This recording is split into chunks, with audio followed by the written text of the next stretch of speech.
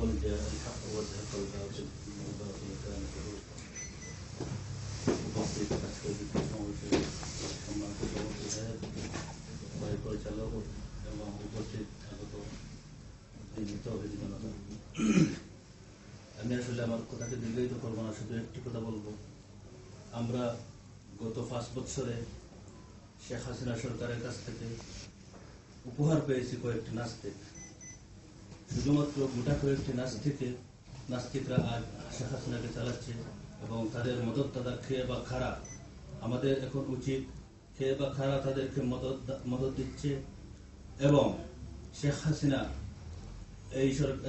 হাসিনা এই নির্বাচনে তফসিল ঘোষণায় বলেছেন যে প্রতিটি জেলায় জেলায় মসজিদ বানানো হবে। আমি মনে করব এইটা মুসলমানদেরকে প্রকাশ্যভাবে প্রথমে ধোঁকা দিচ্ছিল, এমনিতেই ধোঁকা দিচ্ছিল, কিন্তু এখন প্রকাশ্য ধোঁকা দিচ্ছে। তখন আমার মনে হয় আমরা আর ঘরে বসা ঠিক হবে না। এখন আমাদেরকে ঝাঁপিয়ে পড়তে হবে এবং আমরা সকল মুসলমান তৌহিদি জনতা আজকের নির্বাচনে প্রমাণ করে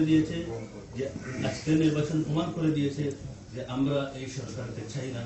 সকল মুসলমান যারা আছে, আস্তিক্যবাদ যারা আল্লাহকে বিশ্বাস করে, তারা আমরা ভালোভাবে দেখেছি যে তারা আজকে ভোটার কেন্দ্রে যায়নি। এটা প্রমাণিত হয় যে বাংলাদেশ আমাদের বাংলাদেশ শাহজালালের বাংলাদেশ মুসলমানদের বাংলাদেশ জিন্দাবাদ, দিন ইসলাম জিন্দাবাদ।